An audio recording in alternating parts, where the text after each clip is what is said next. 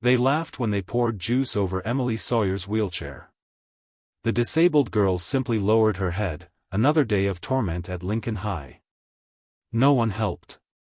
Except Kayla, the new student with haunted eyes and scars no one could see. While the popular kids ruled through fear and teachers looked away, Kayla recognized a truth others missed. Emily's quiet dignity reflected her own buried pain. 20 minutes after that humiliation, something shifted at Lincoln High, not with shouting or dramatic confrontation, but with the calm precision of someone who had learned that true power moves in silence. By the time Hunter Mills and his friends realized they'd targeted the wrong girl, it wasn't just Emily rising from invisibility. It was a reckoning that would leave no one unchanged. Just before we get back to it, I'd love to know where you're watching from today, and if you're enjoying these stories, make sure you're subscribed, because tomorrow's special episode is one you definitely don't want to miss. The fall sun cast long shadows across Lincoln High's brick facade as Kayla Walker approached the front gates. Her steps were measured and unhurried, bags slung carelessly over one shoulder as her dark eyes scanned the bustling courtyard. Students clustered in familiar groups, their laughter and chatter creating a wall of sound that washed over her without penetration. Kayla's posture radiated a quiet confidence that made several heads turn, but her expression remained neutral, almost detached. She wore simple jeans and a plain navy hoodie that seemed deliberately chosen to attract no attention. Yet there was something in the way she carried herself, shoulders squared, chin slightly lifted, that made people look twice. A group of girls near the entrance whispered as she passed, but Kayla didn't acknowledge them. She'd been the new girl 3 times before. She knew how this worked. "That's the new transfer," one girl murmured. "Heard she's from Chicago." Kayla kept walking, mentally mapping the school layout. New building, same ecosystem. She could already identify the social layers unfolding around her, the loud ones who controlled the space, the middling masses desperate for approval, and the invisible ones hugging the perimeter. She belonged to none of them. Not anymore. On the opposite side of campus, a white van pulled up to the accessible entrance. The vehicle's side door slid open with a mechanical whir, and a middle-aged woman with tired eyes and a kind smile emerged first. She moved to the back of the van, where a ramp slowly descended. "Ready for another day, sweetheart?" Mrs. Sawyer asked as she helped guide her daughter's wheelchair down the ramp. Emily Sawyer nodded, her mousy brown hair falling across her face. She wore a simple cardigan over a floral dress, arranged carefully to cover the contours of her legs. Her backpack hung from the handles of her wheelchair, along with a worn leather art folder. "I've got that test in Baker's class," she said quietly. "You studied all weekend. You'll do great." Her mother squeezed her shoulder. "I'll pick you up at the usual spot at 3:30. Emily nodded again, her fingers adjusting the placement of her folder. "Thanks, Mom." As Mrs. Sawyer drove away, Emily took a deep breath and rolled herself toward the entrance. Students flowed around her like water around a stone, no one meeting her eyes, no one offering help with the heavy door. The janitor, Mr. Collins, saw her struggling and held it open. "Morning, Emily." "Morning, Mr. Collins." "Thank you." It was their daily exchange, the only reliable greeting Emily received. Inside, the hallways were a current of motion and noise. Emily navigated the edges, well practiced at avoiding backpacks and careless feet. She'd been at Lincoln High for 3 years now. She knew its rhythms, its blind spots, and most importantly, which hallways to avoid. The morning passed in a blur of classes, with Kayla observing everything and speaking only when called upon. Teachers introduced her with varying degrees of enthusiasm, and students quickly lost interest when she offered minimal information about herself. In third period history, she noticed a girl in a wheelchair sitting by the window, head bent over her notebook, practically invisible to everyone around her. By lunch, Kayla had formed a complete assessment of Lincoln High, same hierarchy, different faces. She carried her tray to an empty table near the edge of the courtyard and ate methodically, watching. The cafeteria doors swung open, and Emily wheeled herself out into the sunlight. She had packed her own lunch, as usual, safer than navigating the lunch line. She found her regular spot, a table with a missing bench that accommodated her wheelchair. No one joined her. No one ever did. From his position holding court at the center table, Hunter Mills noticed Emily unpacking her lunch. He nudged his friend Chad Andrews and nodded in her direction. "Watch this," he murmured, a smirk playing across his handsome face. Hunter stood, carrying his tray of half-eaten food and a large cup of red fruit punch. Chad and their friend Logan Peterson followed, laughing at something Hunter whispered. They walked directly toward Emily's table. What happened next seemed to unfold in slow motion. Hunter's foot accidentally caught on a crack in the concrete.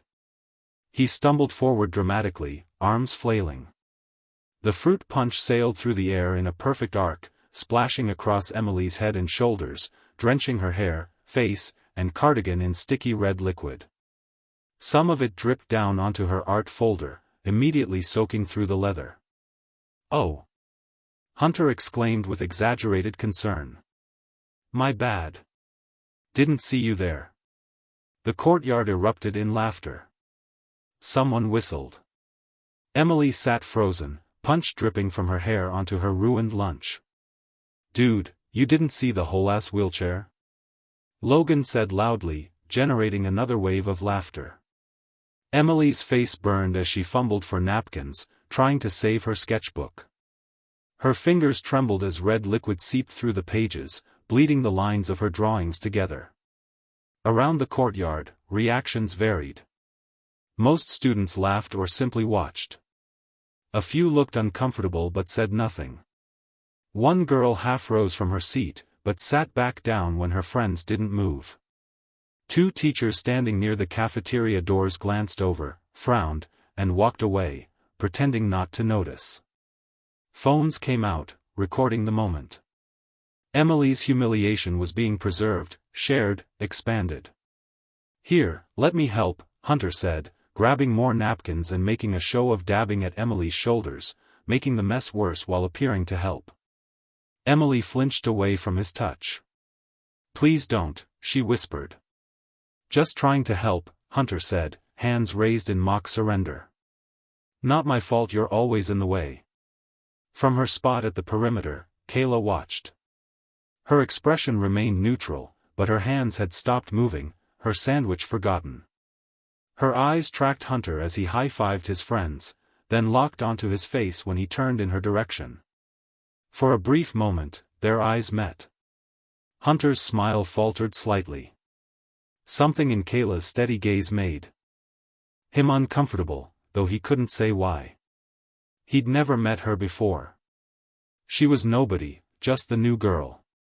But Kayla's mind was elsewhere, recognition flickering behind her eyes. She knew his type. She'd seen it before. The memory of another face, another time, hovered at the edge of her consciousness.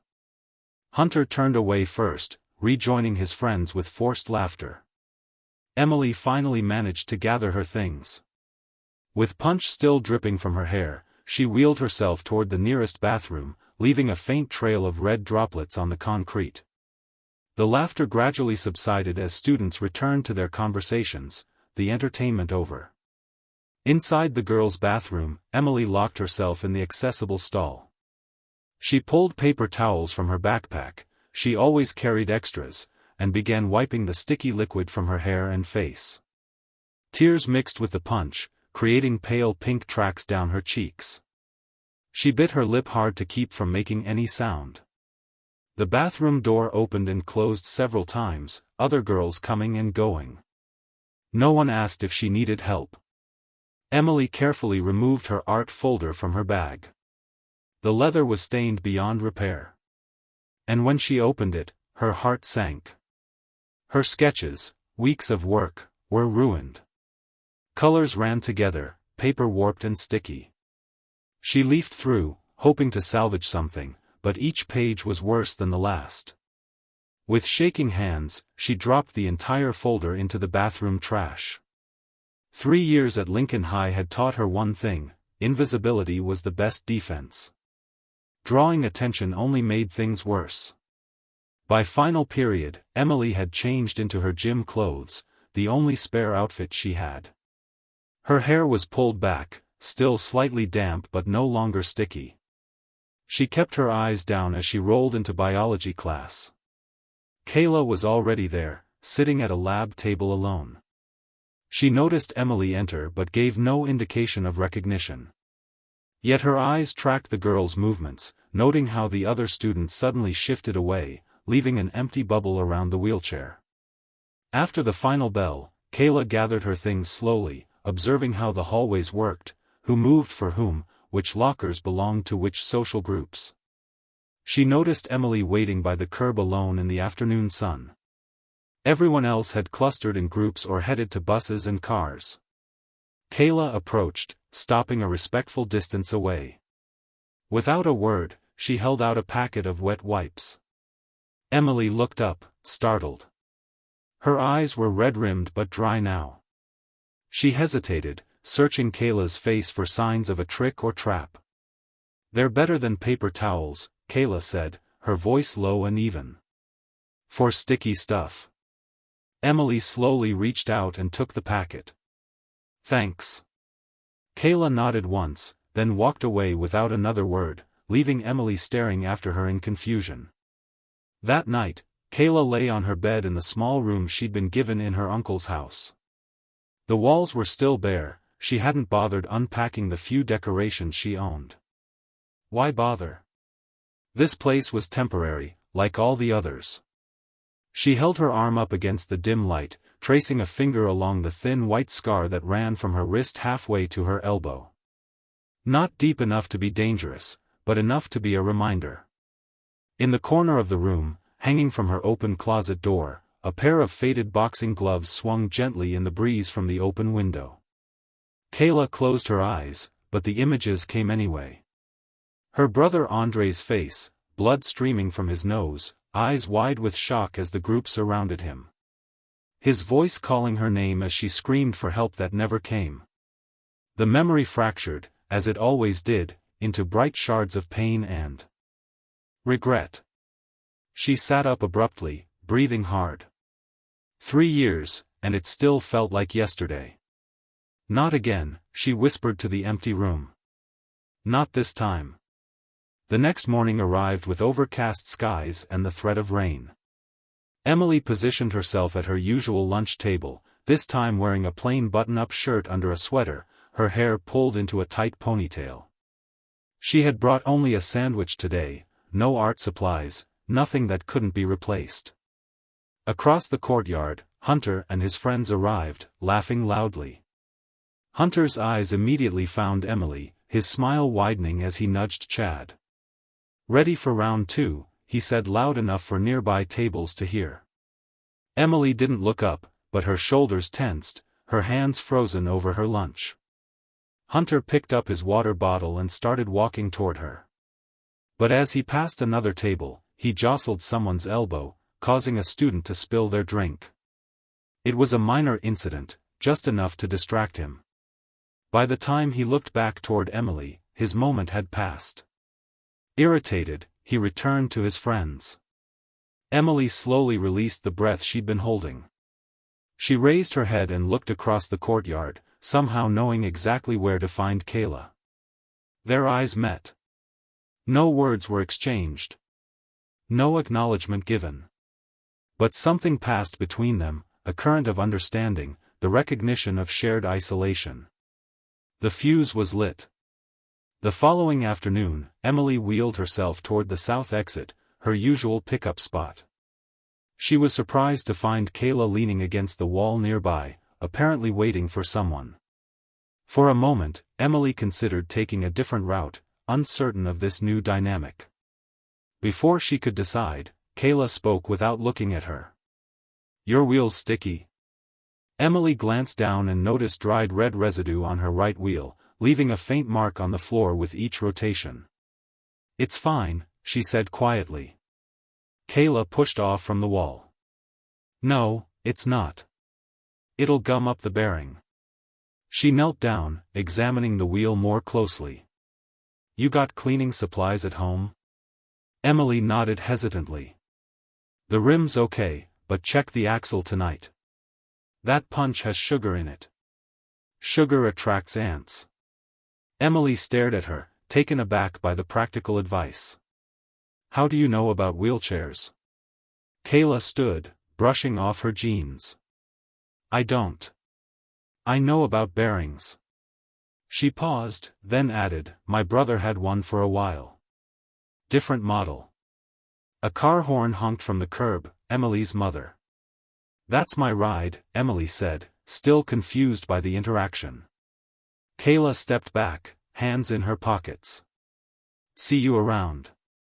3 days later, they found themselves alone in the art room during lunch. Emily had returned, finally, with a new sketchbook. Kayla had wandered in looking for a quiet place to eat. You can stay, Emily offered when Kayla turned to leave. Comes here during lunch?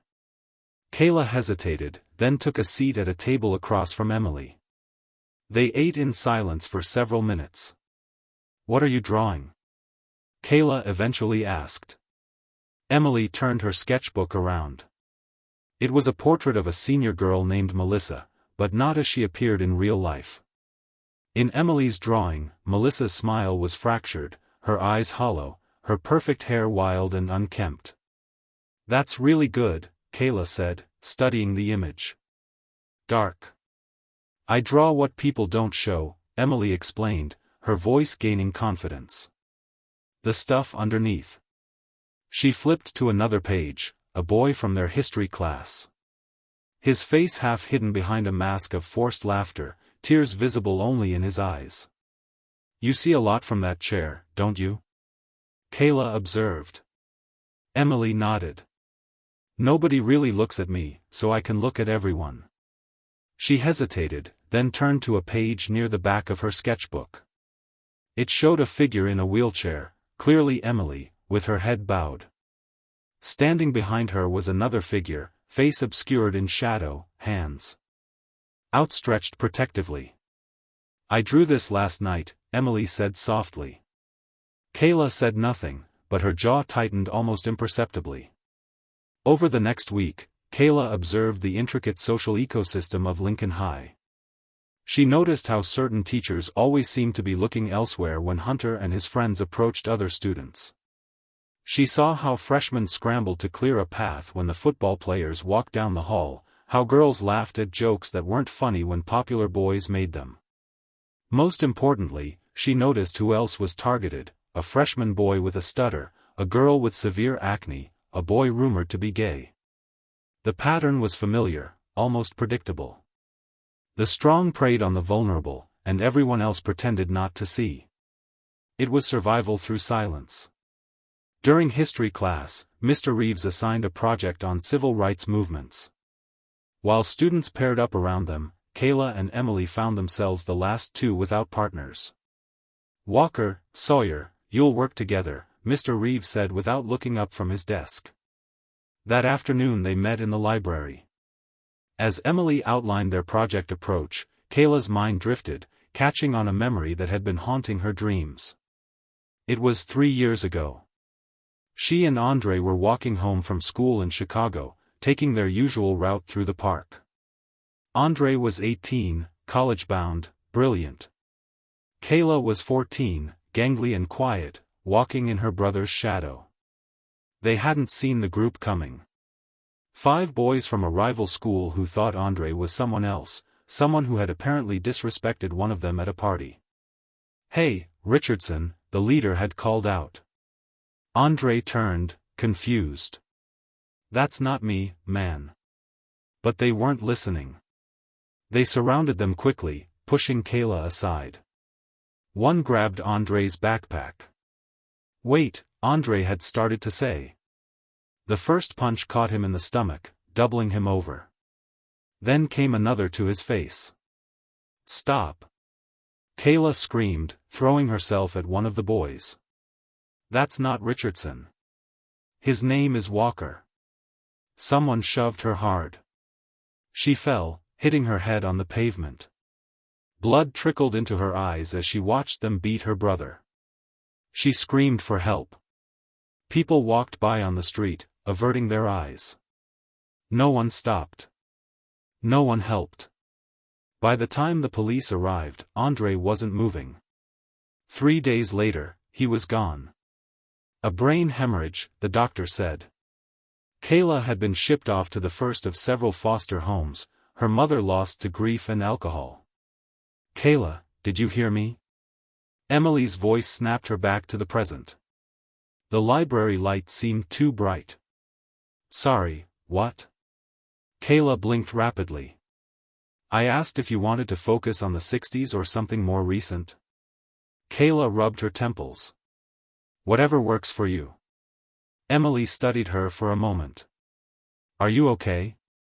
"Fine," Kayla said shortly. "Just remembering something." That evening, in the garage of her uncle's modest home, Kayla wrapped her hands carefully before hitting the heavy bag suspended from the ceiling. Her uncle Darius watched from the doorway, arms crossed. "Your form is sloppy today," he observed. "Your mind's elsewhere." Kayla corrected her stance and threw another combination. "Just tired." Darius stepped forward, adjusting her elbow slightly. "Remember what I taught you, control first, power second. Always." He held the bag steady as she hit it again, her knuckles connecting with a satisfying thud. Speed drills. Standing up. Fighting back. "Because from where I'm standing, letting them hurt you over and over seems pretty stupid." Emily flinched at the harsh words. "You don't understand, Hunter's dad is on the school board. Logan's father is the sheriff. They're untouchable." "No one's untouchable," Kayla replied, her voice cold. "Everyone bleeds." That evening, Kayla sat alone in her bedroom, a small wooden box open on her lap. Inside were newspaper clippings about Andre's death, ruled an accident after the boys claimed Andre had attacked them first. There was no justice, no closure. Only a case closed too quickly, and a family shattered. Beneath the clippings was an old MMA ticket stub, a reminder of the first fight Darius had taken her to, and a torn photograph of her old school in Chicago. At the very bottom lay a small silver medallion on a chain, Andre's Street Christopher medal, given to her by the hospital staff after he died. Kayla closed the box carefully and slid it back under her bed. "Some fights," she whispered to the empty room, "you finish in silence." Monday morning arrived with a biting autumn chill. Students huddled in the hallways clutching coffee cups and comparing weekend stories. Kayla moved through the crowd like a ghost, observing everything, but drawing no attention to herself. She spotted Chad Matthews at his locker, surrounded by his usual entourage. He was recounting, for what must have been the 20th time, how he'd scored the winning touchdown at Friday's game. His audience provided dutiful laughter at all the right moments. Kayla waited until the warning bell scattered the group. As Chad shouldered his backpack, she approached from his blind spot and leaned casually against the locker next to his. "You're Chad, right?" He turned, surprised, then smiled when he saw her. His eyes moved appreciatively over her face and body. "Yeah, you're the new girl." He leaned in slightly. "Kayla, isn't it?" She nodded, her expression pleasant but unreadable. "I saw you break Emily's pencils last week." The smile froze on his face. "What?" "Her special pencils.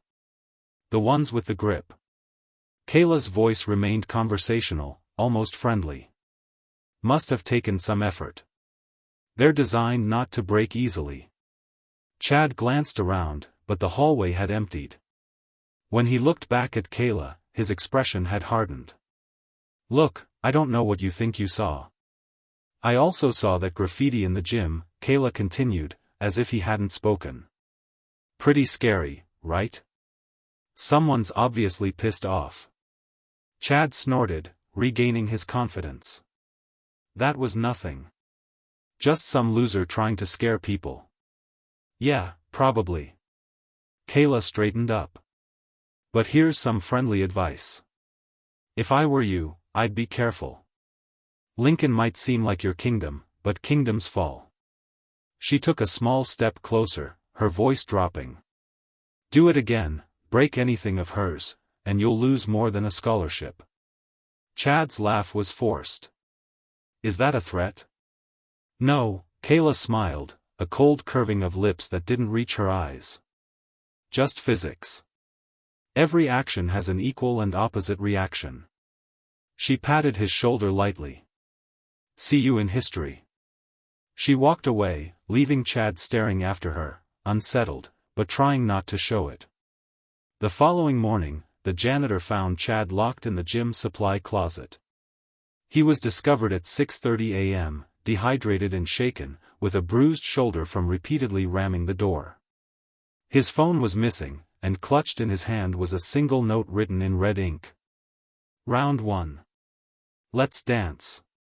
When questioned by Principal Keller, Chad claimed he'd been working out late and must have accidentally locked himself in. No one believed him, but no one challenged the story either. His friends ribbed him mercilessly for getting trapped, but beneath the teasing ran an undercurrent of unease. Throughout the day, whispers spread across campus, first the graffiti, now this. Something was happening at Lincoln High, something that didn't follow the usual rules. In art class that afternoon, Emily arrived with a new look. She'd replaced her usual muted clothing with a bright blue sweater, small silver hoops adorned her ears, and the tips of her brown hair were dyed a soft pink. When Mrs. Brennan commented on the change, Emily smiled, a real smile that transformed her face. I felt like trying something different, she said. Kayla, working quietly at her own easel, gave no indication she'd noticed the change, but later, as they left class together, she said simply, "Blue's a good color on you." Emily's smile widened. Thanks. I've had that sweater forever but never wore it. She hesitated then added, I'm entering the fall art contest. Kayla raised an eyebrow. Yeah. Emily's voice grew stronger. My therapist says art is how I speak. Maybe it's time people heard me. The next day, a new student joined Hunter's lunch table, Lacey Williams, head cheerleader and daughter of a local business owner. Her blonde hair was always perfectly styled, her makeup flawless, her smile dazzling. She'd been dating a college freshman until recently, but rumors of their breakup had circulated for weeks. When Hunter draped his arm around her shoulders, the social hierarchy of Lincoln High officially shifted. The king had a queen now. At first, Lacey seemed to fit perfectly into Hunter's world. She laughed at his jokes, cheered the loudest at his games, and posted constant photos of them together online.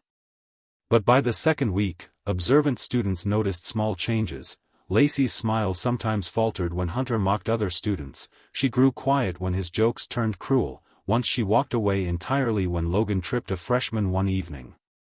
While looking through photos on Hunter's phone, Lacey found a deleted video. Her curiosity piqued, she recovered it using an app and watched in horrified silence as Emily Sawyer was drenched in fruit punch, the camera zooming in on her tearful face as laughter echoed in the background. Hunter's voice narrated the event with mocking commentary. Lacey deleted the video again and said nothing, but the next day at school, she sought out Emily between classes. Hey, she said awkwardly. I like your hair. The pink is cute. Emily stared at her in confusion. Thanks. Lacey glanced around nervously. If you ever need anything, let me know, okay? Before Emily could respond, Lacey hurried away, leaving Emily bewildered by the strange interaction. After school, Kayla found herself alone in Mr. Reeves's classroom. She'd been summoned by a note left on her desk, "See me after final bell." When she entered, he was grading papers, his reading glasses perched on the end of his nose. He gestured for her to take a seat without looking up. Your essay on civil disobedience was excellent, he said, finally removing his glasses. You have a strong grasp of the psychological elements behind social movements. Kayla said nothing. You're new here, but you've already figured out how things work. Mr. Reeves leaned back in his chair. Lincoln wasn't always like this. The culture has deteriorated over the past few years. That's why you wanted to see me? To talk about school culture? I wanted to see you because you're carrying weight in your eyes. Mr. Reeves's voice softened. I recognize it because I carried it once too, the burden of seeing injustice and feeling powerless to stop it. Kayla tensed. I should go. My uncle's waiting. Just a moment. Mr. Reeves held up a hand. I'm not accusing you of anything. I'm offering help if you need it. I don't. All right. He nodded. But my door is open, and Kayla, whatever you're doing, be careful. Some systems don't break easily, they break you first. That night, Kayla followed Logan Peterson to a diner 2 miles from school. She sat in a corner booth, baseball cap pulled low, nursing a soda as she observed Logan and his friends from the basketball team. They were loud, ordering multiple rounds of fries and milkshakes, flirting with the waitresses. As the evening wore on and the diner emptied, their voices grew louder, their laughter more raucous. You should have seen her face, Logan was saying, gesturing with a fry. When Chad called her diaper girl in chemistry, I thought she was going to cry right there. She's such a freak, another boy agreed, always drawing people like some kind of creep. Maybe she's got a crush on you, Logan, a third boy suggested, causing explosive laughter. Hell no, Logan retorted. I'd rather die than touch the wheelchair freak. The conversation continued in this vein for another 20 minutes. Kayla remained still, her phone resting on the table, recording every word. When the boys finally paid their bill and left, she waited 5 minutes before following. At home, she edited the audio file, removing background noise and enhancing the voices until every hateful word was crystal clear. Then she created an anonymous email account and sent the recording to Principal Keller with the subject line, Evidence of Harassment at Lincoln High. The next morning, Logan was called to the principal's office during first period. The summons caused a ripple of whispers, students exchanged theories throughout the morning. But when Logan returned before lunch, smirking as he took his seat, it was clear nothing had changed. Principal wanted to talk to me about some harassment claim, he told his friends loudly enough for others to hear. My dad sorted it out. No big deal. From her seat across the room, Kayla watched him with cold eyes, her jaw clenched so tightly it ached. The annual Fall Art Contest was a significant event at Lincoln High. The winner received a $500 scholarship, and their work was displayed in the main hallway for the rest of the year. Emily had spent weeks on her entry, a series of interconnected panels showing human hands reaching toward each other, some touching, others just out of reach. The central panel featured 2 hands nearly connecting, one from a wheelchair. The day before the submission deadline, Emily rolled into the art room to put the finishing touches on her work, only to stop short in the doorway. Her canvas lay on the floor, shredded into strips. The vibrant colors she'd so carefully mixed were now streaked with dark stains that smelled sharply of urine. Mrs. Brennan found her there, staring at the ruined artwork in silent shock. "Oh, Emily," the teacher gasped. "What happened?" Emily shook her head, unable to form words around the lump in her throat. "Mrs. Brennan."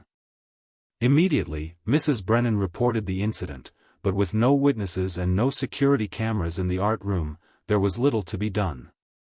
She offered Emily an extension, but with less than 24 hours remaining, there wasn't enough time to recreate weeks of work. Kayla found Emily in the bathroom an hour later, tears streaming down her face as she tried to salvage scraps of her painting. "They went too far," Emily whispered, her voice breaking. "I wasn't hurting anyone. I just wanted to create something beautiful." Kayla surveyed the damage in silence, her expression betraying nothing of the rage building inside her. Without a word, she turned and walked out, leaving Emily surrounded by the ruins of her art. That night, while the custodial staff cleaned the halls of Lincoln High, Kayla moved with silent purpose through the emptied building. She wore latex gloves and a dark hoodie pulled over her hair. In her backpack was an intricate device constructed from household items, a simple mechanism designed to create maximum impact. Logan's locker was easy to find, number 117, plastered with basketball team stickers. Kayla worked quickly, installing her creation inside, then slipped back out the way she'd come, undetected by the single security camera that swept the main hallway at predictable intervals. The next morning, Logan arrived at school early for basketball practice. When he opened his locker, a small balloon filled with red dye burst, splattering his Letterman jacket and several nearby students. As he stumbled back in shock, a cascade of paper fluttered to the floor, printouts of text messages and group chat conversations in which he'd mocked Emily and other students. Key phrases were highlighted in yellow: wheelchair freak, diaper girl, and worse. Taped to the inside of the locker door was a handwritten note: still laughing? Logan's face drained of color as students gathered around, reading the fallen messages. Some looked disgusted, others pulled out phones to take pictures. By third period, the entire school knew what had happened.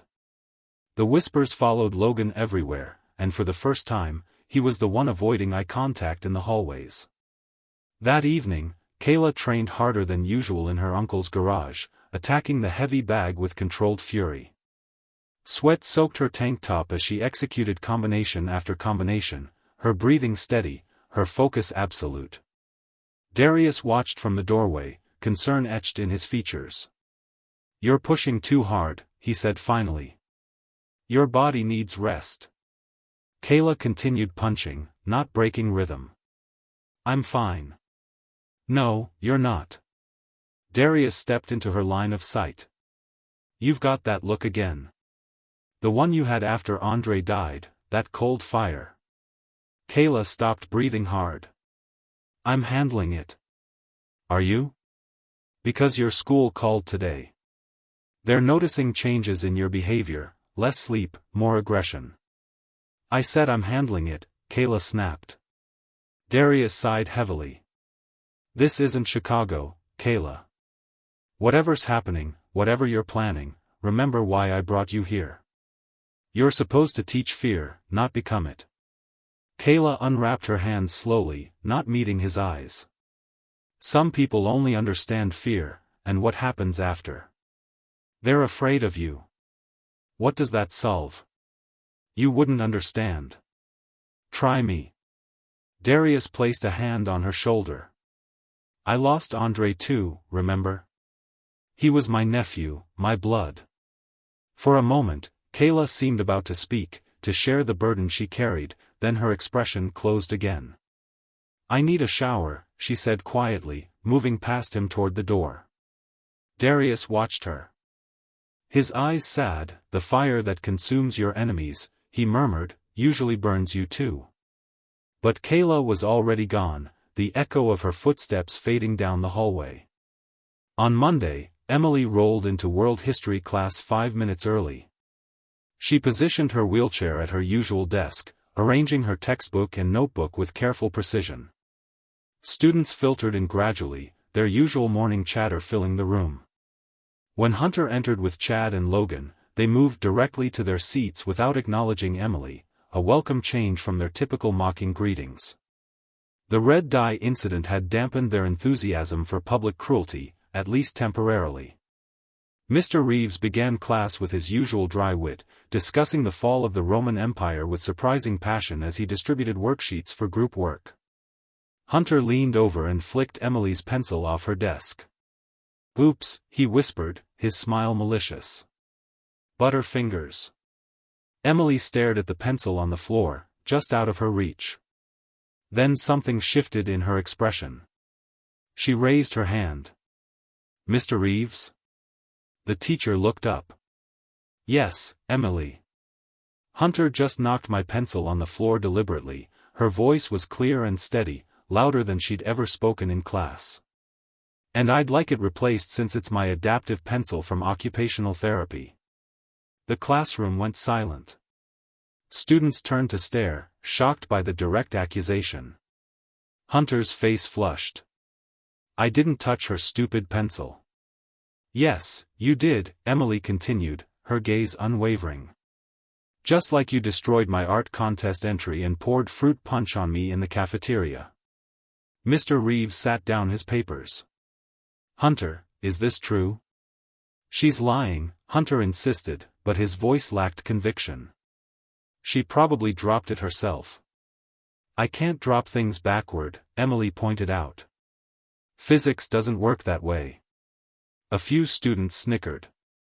Across the room, Kayla watched the exchange with quiet intensity. Hunter, pick up the pencil and give Emily a new one from my desk, Mr. Reeves directed, and see me after class. Hunter glared at Emily as he retrieved her pencil, then slammed a new one on her desk. For the rest of the period, tension hung in the air like static electricity. When the bell rang, students hurried out, eager to spread the news that Emily Sawyer had finally fought back. In the hallway, Kayla caught up with Emily. That was brave, she said quietly. Emily's hands trembled slightly as she adjusted her backpack. I thought I was going to throw up, but you didn't. A small smile touched Emily's lips. No, I didn't. Later that afternoon, Kayla intercepted Lacey outside the gym as cheerleading practice ended. Can we talk? Kayla asked without preamble. Lacey glanced around nervously. About what? Hunter. Lacey's perfect posture stiffened. What about him? You know what he is, Kayla said bluntly. You've seen it. Lacey fidgeted with her gym bag strap. I don't know what you're talking about. The video of Emily. The one with the punch. You found it on his phone. Lacey's eyes widened. How did you? Doesn't matter. What matters is what you're going to do about it. What can I do? He's Hunter Mills. His dad practically owns half the school board. That doesn't make him untouchable. Kayla's expression softened slightly. You seem like a decent person, Lacey. Do you really want to be with someone who hurts people for fun? Lacey bit her lip, tears threatening. It's complicated. No, it's not. Kayla stepped closer. It's actually really simple. You either stand with people like Emily or you stand with people who torture her. There's no middle ground. She walked away, leaving Lacey alone with her thoughts. That night, Lacey sat cross-legged on her bed scrolling through Hunter's text messages. She had his password, he'd given it to her as a show of trust when they first started dating. What seemed romantic then now felt like a burden as she uncovered layer after layer of cruelty. There were group chats dedicated to mocking specific students, videos of pranks that went beyond teasing into deliberate humiliation, screenshots of private messages obtained through deception and shared for mockery. Most disturbing were the conversations about students who had left Lincoln High, kids who had transferred suddenly or stopped attending altogether. In one thread, Hunter and Logan joked about a boy named Justin who had moved away last year. No one misses that loser, Hunter had written. Betty's still crying about his backpack in the toilet. Lacey's research extended beyond Hunter's phone. She created a timeline of incidents, noting patterns. The targets were always vulnerable in some way, isolated, different, or already struggling. The attacks escalated when victims showed signs of breaking, and most telling of all, the behaviors had only worsened over time with adults consistently looking the other way. By midnight, Lacey had compiled dozens of screenshots organized by victim. She saved everything to a secure cloud folder, then deleted all traces of her search from her devices. Her hands shook as she set her phone down. For the first time in her high school career, Lacey Williams, the perpetually pleasant, never controversial cheerleader, was taking a stand. The following day, Kayla found a note tucked into her history textbook in neat bubbly handwriting.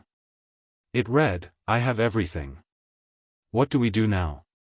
L. After school, they met behind the bleachers. Lacey looked different somehow, her usual perfect appearance slightly disheveled, dark circles under her eyes suggesting a sleepless night. There's more than I thought, she said without greeting. It's not just Emily.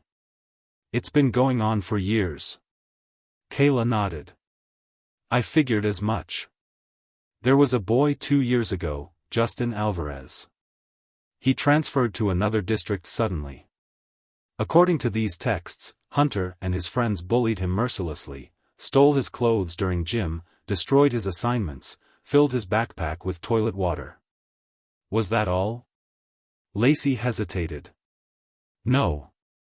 There's something else. Something worse. She unlocked her phone and showed Kayla a particular conversation. His sister confirmed it last night. Justin tried to kill himself after he left Lincoln. He's okay now, but he was hospitalized for weeks.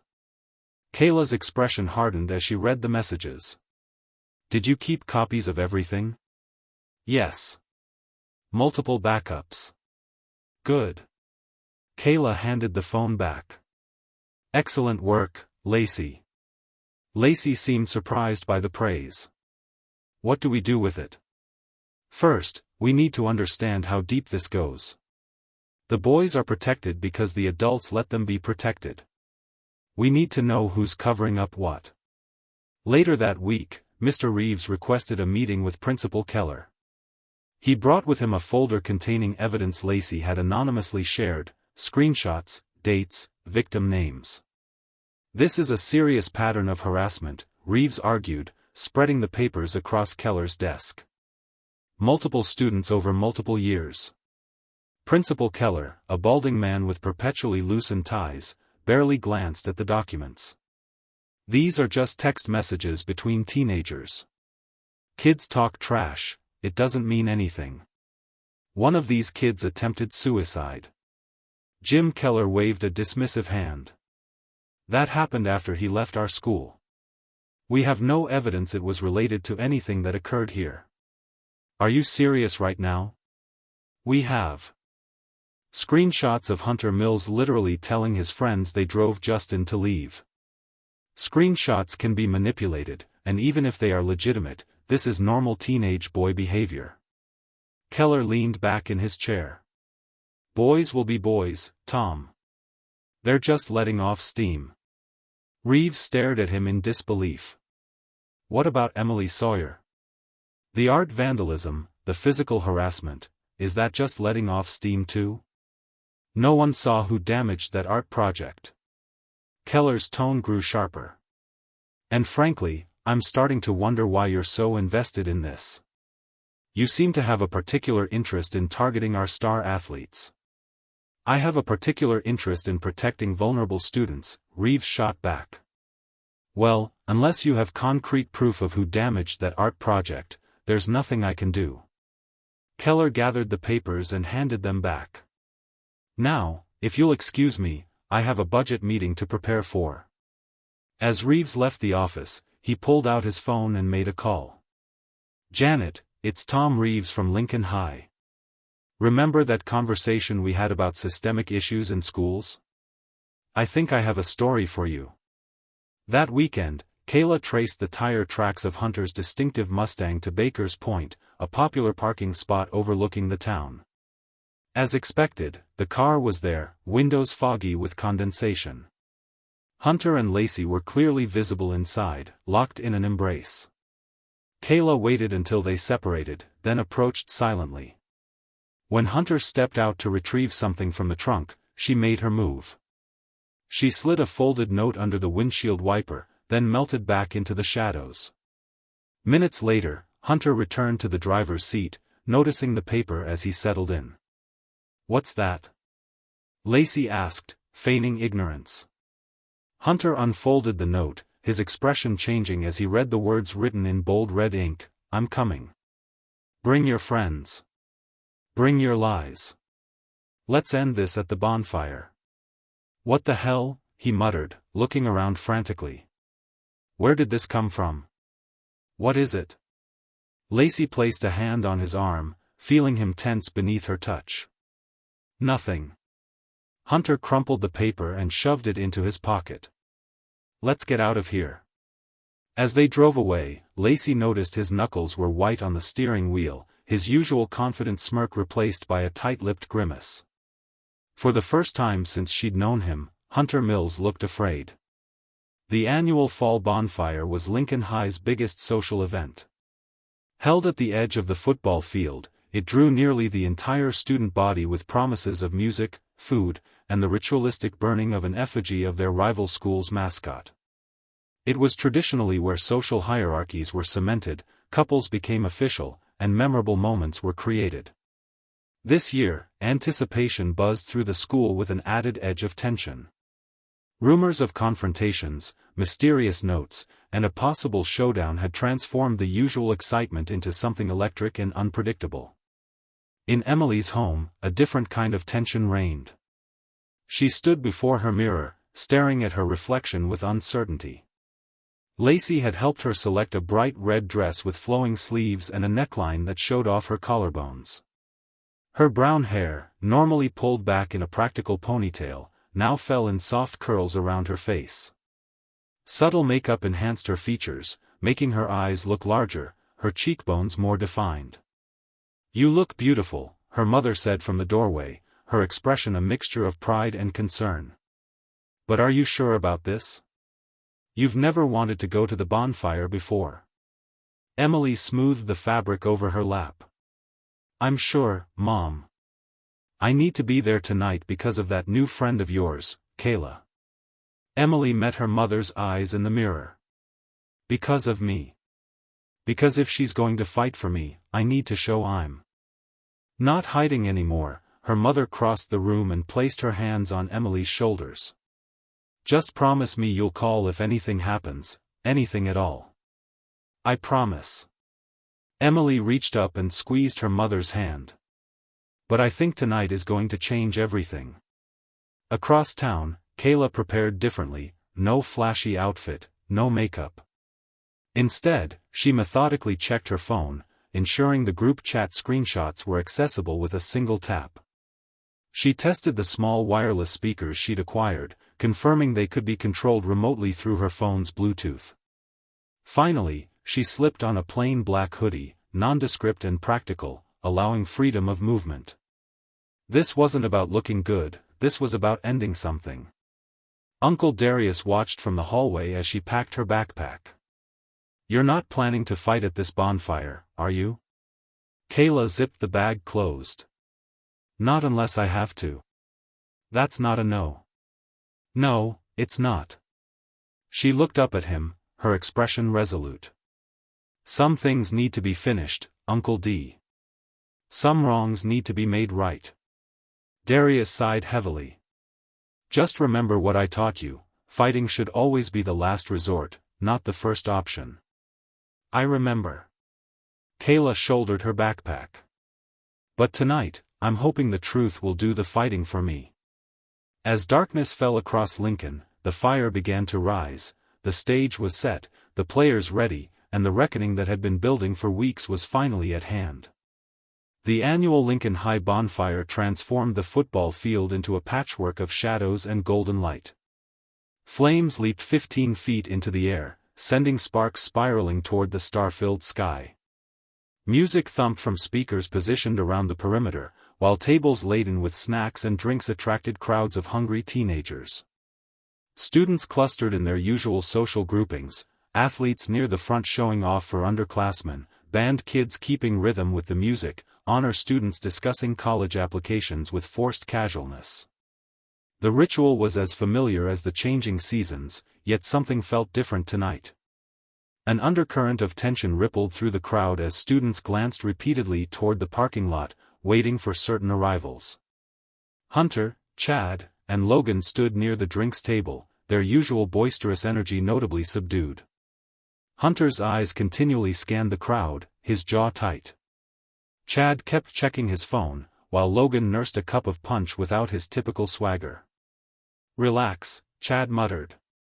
"It's probably just someone messing with us." "Yeah, like someone messed with you in the supply closet," Hunter snapped. "Like someone rigged Logan's locker to explode?"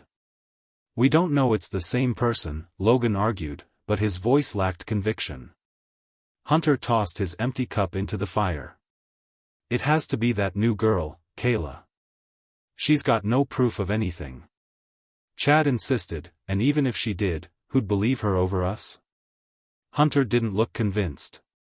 Where's Lacey? She should have been here by now. As if on cue, a ripple of whispers spread through the crowd near the field entrance.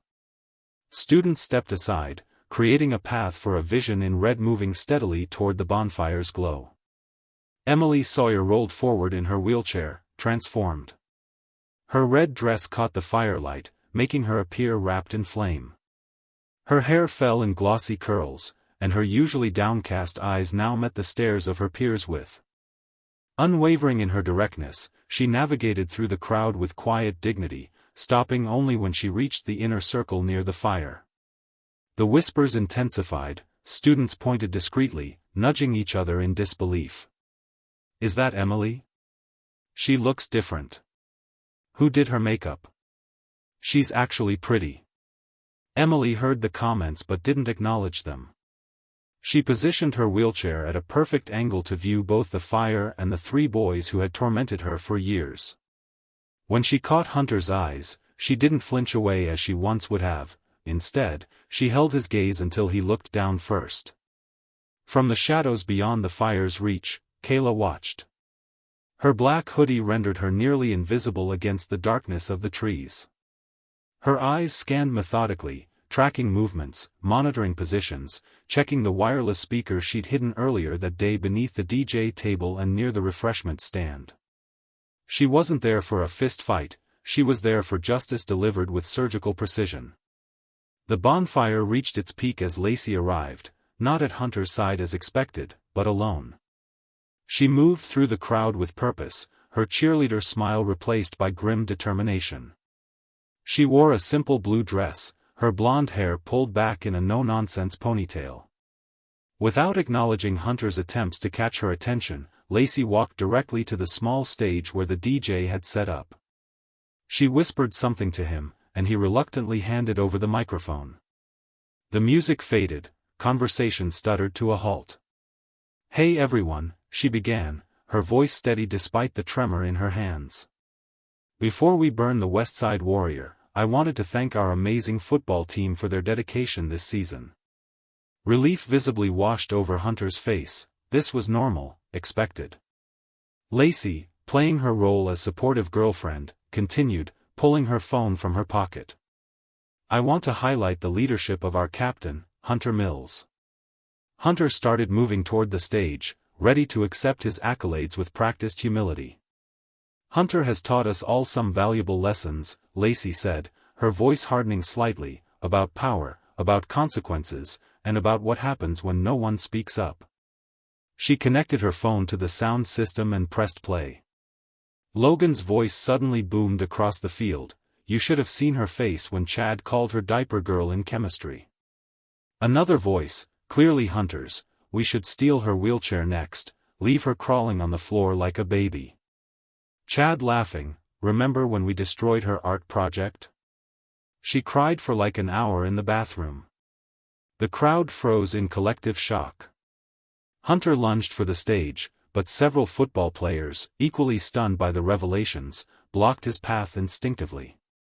"Turn it off," he shouted, his face contorted with rage and embarrassment. Before Lacey could respond, the audio switched to a different recording, this one playing simultaneously through the main speakers and the hidden wireless units Kayla had positioned earlier.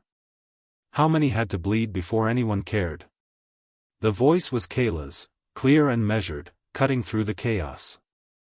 Students turned in confusion, trying to locate the source. Lacey stepped away from the mic, moving deliberately to stand beside Emily's wheelchair. She placed a hand on the other girl's shoulder in a gesture of solidarity that rippled through the stunned audience. From the darkness emerged Kayla, walking slowly into the firelight. The crowd parted automatically, creating a path directly toward Hunter, Chad, and Logan. Her expression was calm, almost detached, as she surveyed the scene she had orchestrated was powerful. When she spoke, her voice carried effortlessly, silencing the murmurs that had begun to swell. "You heard her because you thought no one would stand with her," Kayla said, addressing Hunter directly. "But you forgot, people like you are loud until someone makes you quiet." Hunter's face flushed dark with fury. "You think anyone's going to believe this setup? Do you know who my father is?" "I don't care who your father is," Kayla replied evenly. "I care what you did. What you all did."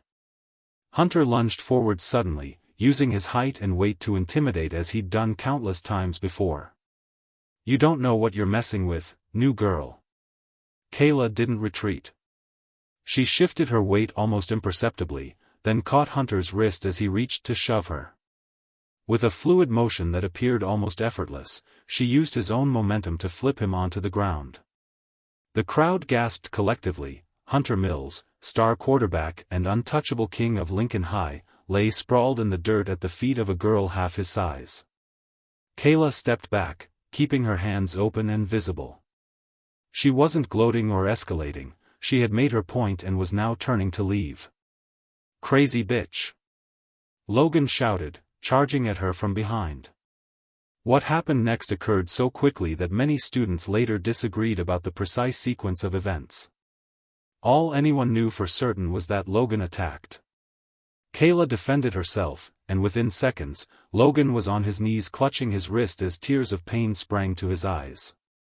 Kayla hadn't thrown a single punch, she had simply neutralized the threat with practiced efficiency.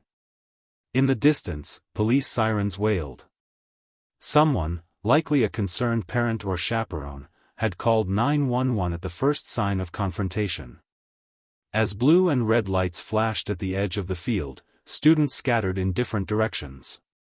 But something unexpected happened. As the police approached, instead of running, several students moved forward, phones extended.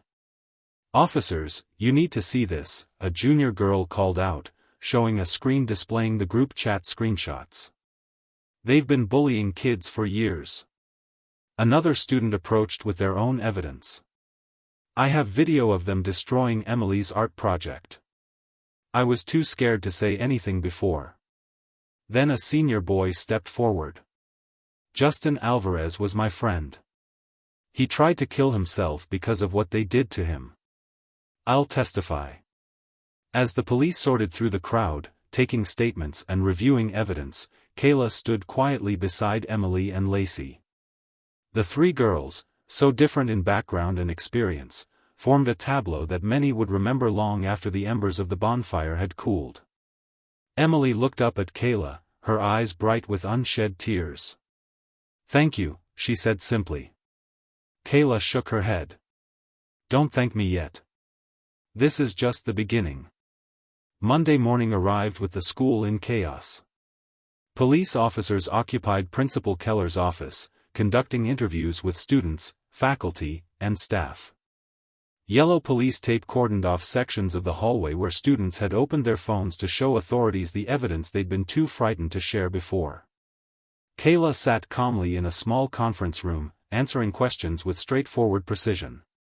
Yes, she had recorded the conversation at the diner. No, she hadn't physically harmed Chad in the supply closet, she had simply locked the door and taken his phone to prevent him calling for help. Yes, she had defensive training. No, she had not initiated physical contact with either Hunter or Logan. Down the hall, Emily shared her own story. She displayed her artwork, both the ruined original and photographs of what it had looked like before. She described years of torment, navigating hallways in fear of adults looking the other way. "Why didn't you report this sooner?" an officer asked gently. Emily's laugh held no humor. "I did. We all did. Nobody listened." By afternoon, the investigation had expanded beyond the boys' behavior to include the school's handling of previous complaints. When the district superintendent arrived, his face was grim beneath silver hair. Principal Keller's bluster finally faltered. "Jim, I've got reporters asking why multiple harassment complaints were buried," the superintendent said, closing Keller's office door firmly behind him. "I've got parents threatening lawsuits and a police detective suggesting criminal negligence.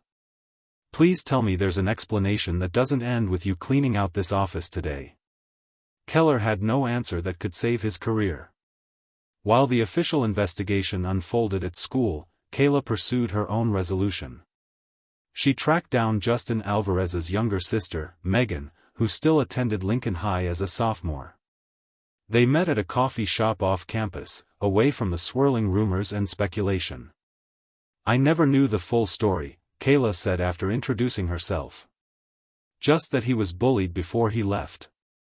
Megan stared into her untouched hot chocolate. "It started in freshman year. Hunter and his friends targeted him because he wore a leg brace after surgery, called him gimpy, stole his crutches, tripped him in the cafeteria." Her voice hardened. "Sound familiar?" "Very." "After his cast came off, they wouldn't stop. It was like they'd found the perfect victim and couldn't give it up. They'd follow him into bathrooms, dump water on him during tests, steal his clothes during gym." Megan's hands trembled slightly. "My parents complained multiple times. Nothing changed. So you moved?" "We thought a fresh start would help, but the damage was done." 2 weeks after starting his new school, Justin took all his medication at once. Tears spilled down Megan's cheeks. "He survived, thank God, but he's never been the same." Kayla reached across the table and took Megan's hand. "I'm so sorry." "Why me?" Megan asked suddenly. "Why did you get involved? You didn't even know Emily or Justin." Kayla was silent for a long moment, then slowly rolled up her sleeve to reveal the thin scar on her forearm. "My brother was killed 3 years ago," she said quietly. "Not by bullies, by a case of mistaken identity. 5 boys jumped him thinking he was someone else. I was there. I saw it happen." "That's awful," Megan whispered. "What was worse was that people walked by. They saw what was happening and kept going. Nobody helped. Nobody cared." Kayla traced the scar with her fingertip. "When I saw what was happening to Emily, I couldn't be one of those people again. I couldn't just walk by." They cried together, sharing the grief of siblings damaged by others' cruelty. The next day, the school newspaper published a special edition. The headline read, "Pattern of Abuse Uncovered at Lincoln High." Beneath it was a student journalist's deep dive into Kayla's background, her brother's death in Chicago, her time in foster care, and most dramatically, footage from underground MMA fights she had participated in a year earlier. The revelation split the student body. Some saw Kayla as a dangerous vigilante who had brought violence into their school. Others viewed her as a necessary force of justice in a system that had repeatedly failed its most vulnerable members. The hallways buzzed with debate until Uncle Darius arrived, requesting an opportunity to address the school. In the crowded gymnasium, he stood tall and dignified, his voice carrying to every corner without a microphone. "My niece came to me broken after watching her brother die." He began silencing the whispers immediately. She was angry, hurt, and lost. She blamed herself for not being able to save him. Darius scanned the assembled faces, his expression solemn. "I taught her to fight not so she could hurt others, but so she would never feel that helpless again. I taught her control, discipline, respect. She didn't come to your school looking for trouble. She found it, and refused to look away, like too many of you have been." Doing for years, from her seat in the front row, Kayla watched her uncle defend her with a lump in her throat. She had expected him to be angry, disappointed. Instead, he stood as her champion, bearing witness to her pain and her purpose. She didn't fight to hurt. Darius concluded she fought because nobody else would. The day after Darius's speech, a photograph appeared on social media. It showed Emily in her red dress from the bonfire, flanked by Lacey and Kayla. The 3 girls stared directly into the camera, their expressions resolute and unapologetic. The caption read simply, "Stand with them." The image spread rapidly beyond Lincoln High, catching the attention of disability rights advocates who reached out to Emily about featuring her story and artwork in an upcoming accessibility exhibition. Suddenly, the quiet girl who had been invisible for years was being seen and heard on a national platform. Hunter's father, Richard Mills, attempted damage control through his usual channels. He called in favors, threatened to withhold donations, reminded people of his influence. But when a regional journalist questioned him about previous incidents he had helped cover up, including paying for Justin Alvarez's family to relocate rather than addressing his son's behavior, Richard Mills went uncharacteristically silent. Despite growing public support, the school district felt compelled to enforce its zero-tolerance policy on physical altercations. Kayla received a 2-week suspension for her involvement in the bonfire incident, though the administration privately acknowledged that her actions had likely prevented further harm. Students protested the decision by wearing black hoodies with "Stand with Kayla" written across the back. Mr. Reeves submitted his resignation in solidarity, stating he could no longer work in a system that punished those who protected the vulnerable while enabling those who harmed them. On her final day before suspension, Kayla found Emily waiting by her locker. The hallway was empty, classes having already started. "Why me?" Emily asked without preamble. "Out of all the kids they've hurt, why did you choose to help me?" Kayla closed her locker slowly. "Because when my brother died, no one stood up. Not even me." "Not really." Her voice caught slightly. "I needed to believe someone still could." Emily's eyes filled with tears. "I was so scared for so long. I thought it would never end. I know my mom wants to meet you to thank you properly." Kayla smiled, a real smile that softened her entire face. "I'd like that." Emily hesitated, then opened her arms. Kayla stepped forward, and they embraced for the first time, the barrier between them finally broken. As the 2 weeks of Kayla's suspension passed, the media spotlight on Lincoln High gradually dimmed. Reporters moved on to other stories, other scandals. Principal Keller resigned, citing personal reasons. Hunter, Chad, and Logan received in-school suspensions while awaiting disciplinary hearings. Their previous untouchable status evaporated. But inside the school, something fundamental had shifted. The silence was broken. Other victims began to come forward with their stories, emboldened by Emily's courage and Kayla's actions. Students who had previously been bystanders found their voices, refusing to enable cruelty through their silence. Reckoning had begun, messy, painful, but necessary. And in the midst of it all, Kayla walked the hallways again, no longer hiding in shadows, no longer alone in her fight. The game had changed, and there was no going back. Spring arrived at Lincoln High with fresh paint on the walls and new policies in the student handbook. The interim principal, Dr. Elaine Foster, had spent her first months implementing restorative justice practices and mandatory sensitivity. Training for faculty and staff included workshops on inclusivity and anti-bullying. Posters promoting these messages replaced the faded sports championship banners in the main hallway. But the most striking change was visible in the art display case near the front entrance. Illuminated by carefully positioned lights hung Emily Sawyer's new series of paintings titled "Watch Me Roll." The collection depicted wheelchair users in moments of power and beauty, racing, dancing, creating, living. The centerpiece showed a girl in a red dress, her face lifted toward a night sky where stars formed the words "Still Rising." Emily stood, or rather, sat, at the center of this transformation. Her art had caught the attention of a disability rights blogger, which led to features in several online magazines and eventually an interview on a popular podcast about accessibility and education.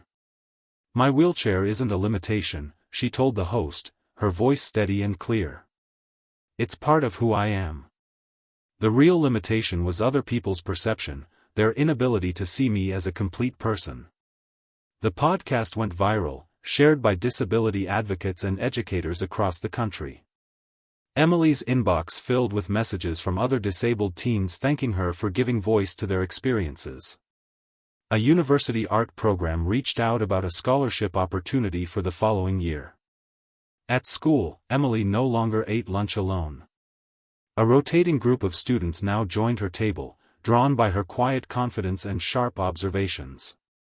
The pink in her hair had become a full rainbow of colors, and her wardrobe had expanded to include bold patterns and statement jewelry.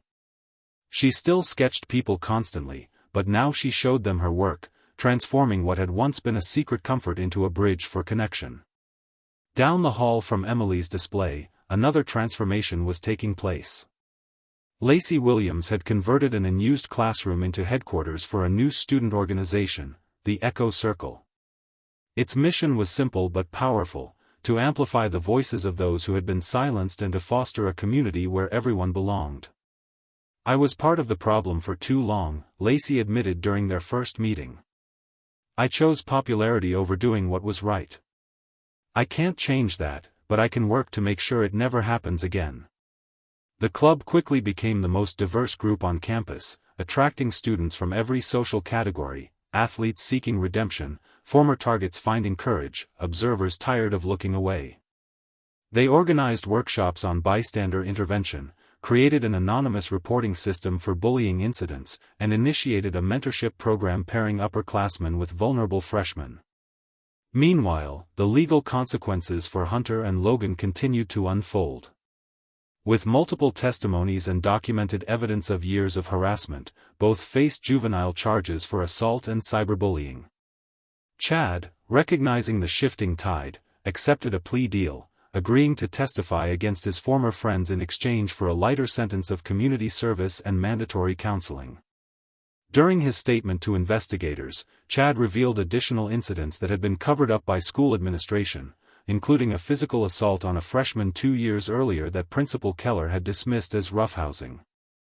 The revelation prompted the school board to launch a comprehensive audit of all disciplinary records from Keller's tenure.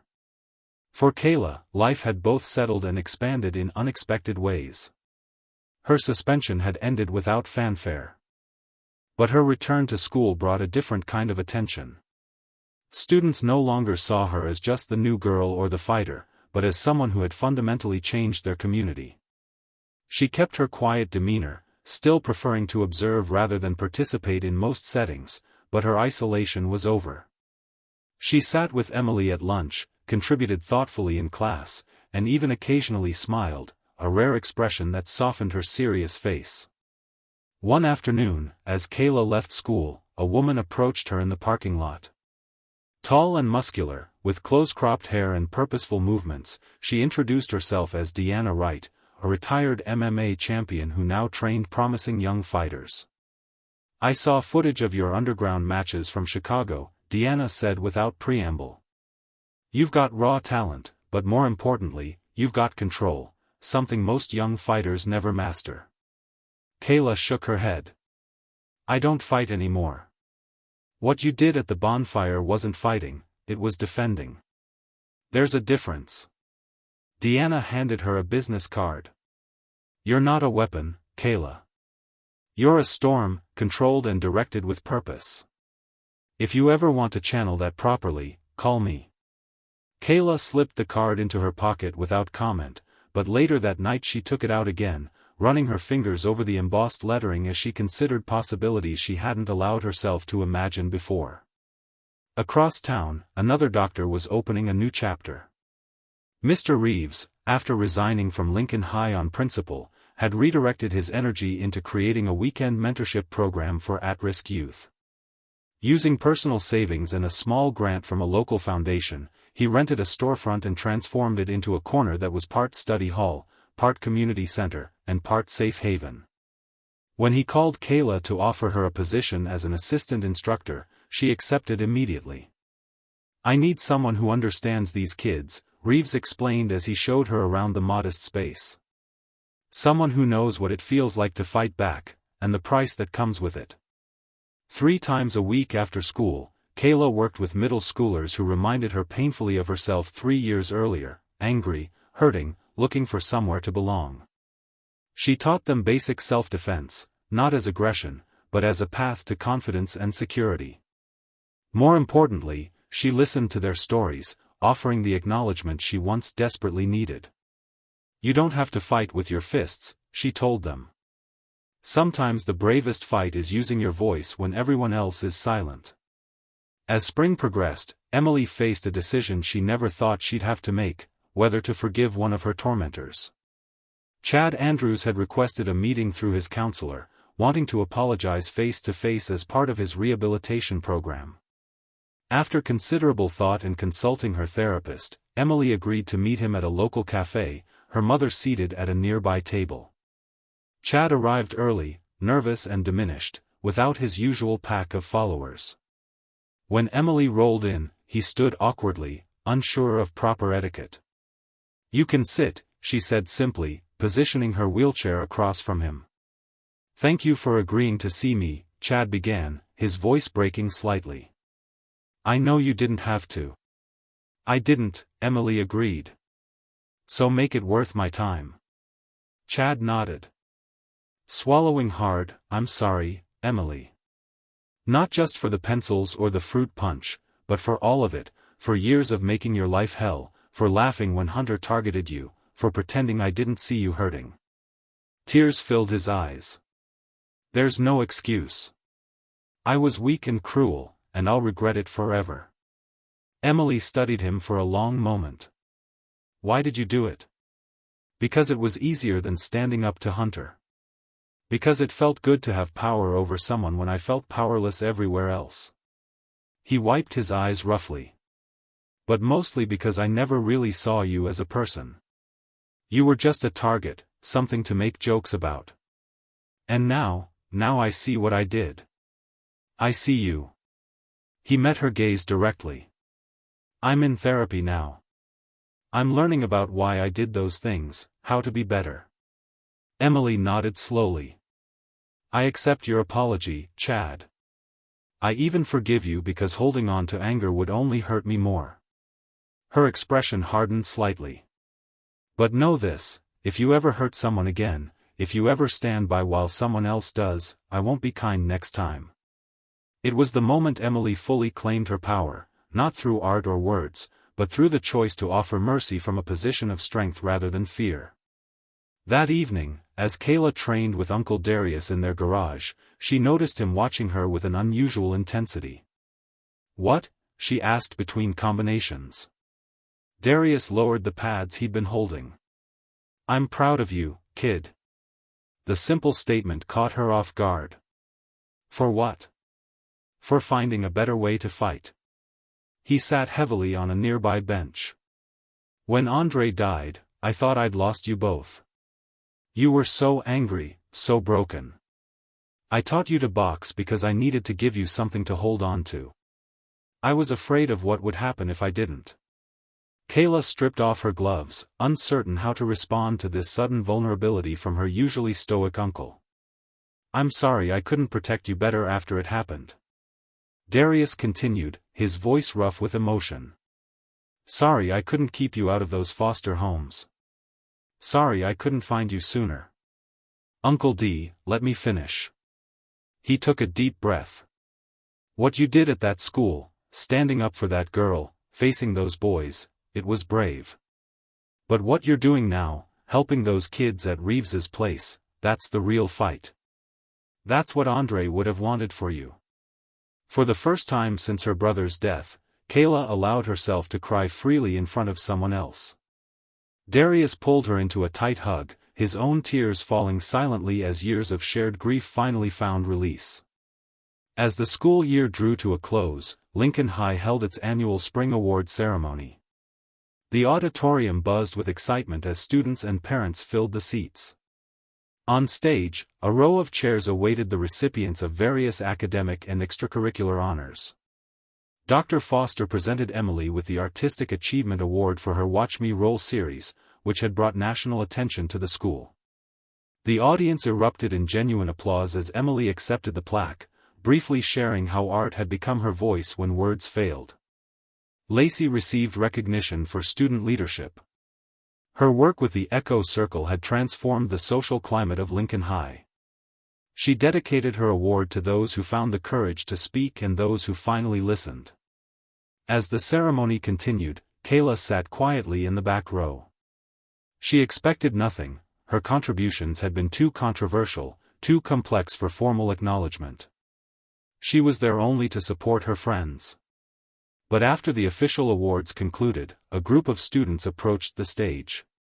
Their leader, a sophomore named Marcus who had once been targeted by Hunter's crew, carried a small wooden plaque. "We have one more presentation," he announced, his voice echoing through the suddenly quiet auditorium. "This isn't an official school award. It's from us, the students." Dr. Foster, surprised but intrigued, stepped aside. "Kayla Walker," Marcus called. "Would you come up here, please?" Stunned, Kayla hesitated before making her way to the stage. The plaque Marcus handed her was handcrafted, carved with the simple words, "To the storm who protected the quiet." "You showed us that standing up isn't always loud," Marcus said. "Loud enough for everyone to hear. Sometimes it's just refusing to look away when others suffer. Thank you for seeing us." Kayla, never comfortable with attention, managed a brief nod of acknowledgement before returning to her seat, the unexpected token of appreciation clutched tightly in her hands. The following week, construction crews arrived at Lincoln High to install a brand new wheelchair ramp at the main entrance, a project Emily had requested in her freshman year but had been repeatedly denied due to budget constraints. The funding came from a community accessibility grant started with seed money donated anonymously in Kayla's name. On the last day of school, Emily presented Kayla with a gift, a leather-bound sketchbook filled with drawings she had created throughout the year.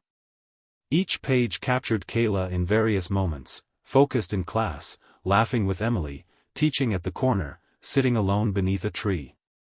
"You've been drawing me all this time?" Kayla asked, turning the pages with care. "I draw what matters," Emily replied simply. At the back of the sketchbook, Emily had written a final message: "You didn't just stand. You made the rest of us rise." Summer arrived with golden mornings and lingering twilights. For the first time since moving to town, Kayla walked through the halls of Lincoln High on the final day of school with her head held high, a genuine smile playing at the corners of her mouth. Students called greetings as she passed, not with the weary respect they'd shown after the bonfire incident, but with the easy familiarity of shared experience. A freshman girl shyly asked Kayla to sign her yearbook. A senior boy thanked her for helping his sister at the corner. Small moments of connection that would have seemed impossible months earlier. In the courtyard, Kayla spotted Emily surrounded by a group of friends, her wheelchair decorated with colorful streamers for the last day celebration. Emily's laugh carried across the space, uninhibited, joyful, free, in a way Kayla had never heard before. "This," she thought, "this is what winning actually looks like." The school year concluded with an assembly where Emily delivered a speech that would later be shared thousands of times online. Courage isn't about standing up. Sometimes it's about letting someone help you rise. As she spoke, her eyes found Kayla in the audience, acknowledging the journey they had taken together, from isolation to community. "We talk about fighting bullying as if it's a war," Emily continued, her voice steady and clear, "but maybe it's more like building bridges, connecting people who felt disconnected, creating paths where barriers once stood. The true measure of our school isn't how many trophies we win, but how we treat those with the least power among us." The following week, Hunter Mills appeared in juvenile court for sentencing. The judge, unswayed by character references from football coaches and family friends, delivered a ruling that sent ripples through the community: 100 hours of community service, mandatory counseling, a restraining order keeping him away from his victims, and most significantly, a ban from participating in college football for his freshman year. Emily attended the sentencing with her mother and Kayla. As Hunter was led from the courtroom, his cocky facade finally cracked, his shoulders slumped with the weight of actual consequences, his eyes downcast.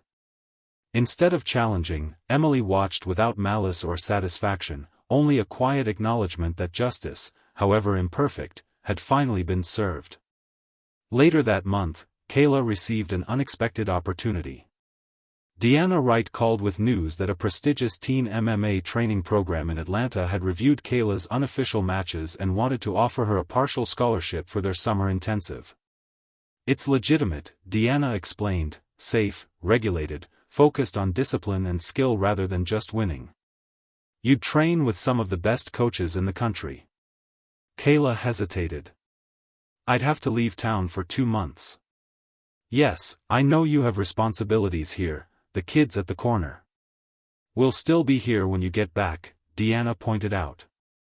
This is a chance to develop something for yourself, Kayla. Something positive that's just yours. Still uncertain, Kayla sought Emily's advice.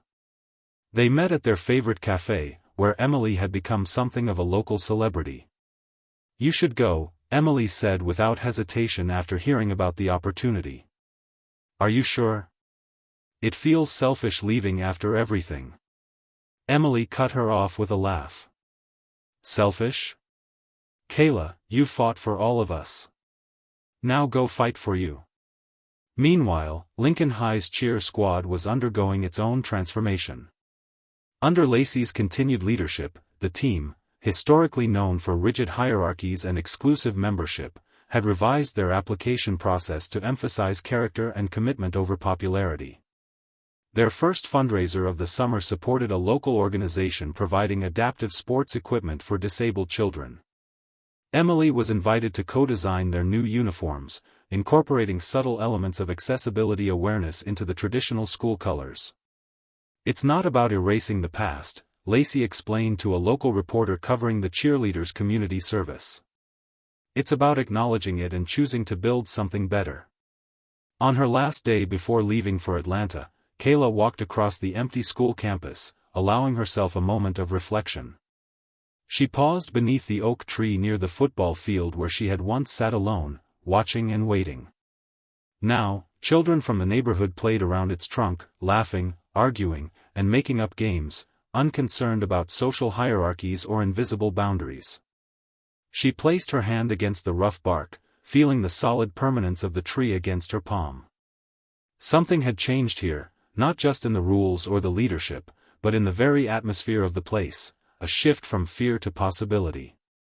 Later that afternoon, Kayla visited her brother's grave for the first time since leaving Chicago.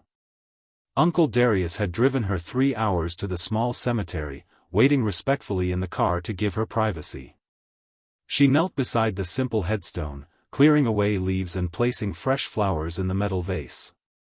From her pocket, she removed 3 items: her Lincoln High student ID, a small sketch Emily had drawn of Kayla and Andre together, created from photographs and Kayla's descriptions, and the wooden plaque from the students.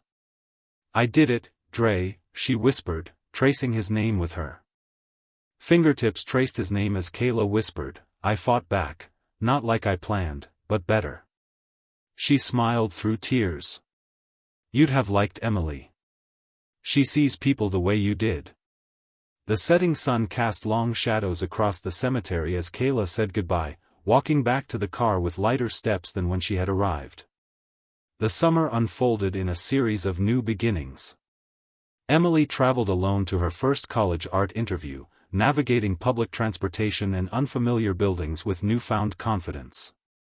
The admissions officer was visibly impressed, not just by her portfolio, but by her poise and self-advocacy.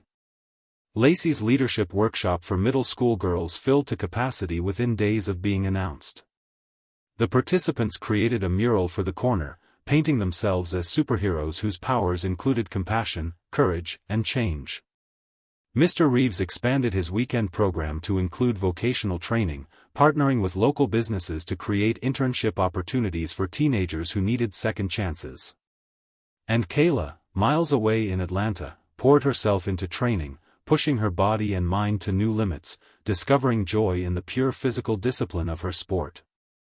Each night she exchanged texts with Emily and Uncle Darius, sharing victories and frustrations from worlds that were beginning to broaden rather than narrow.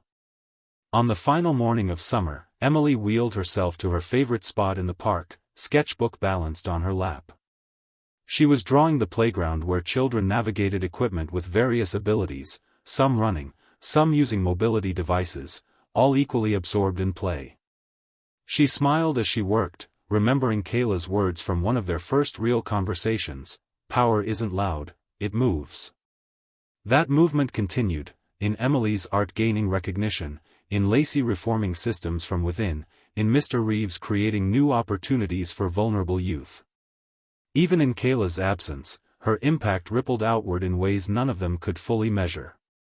As Emily completed her sketch, capturing a moment of connection between two children helping each other climb, she added a simple caption beneath the image.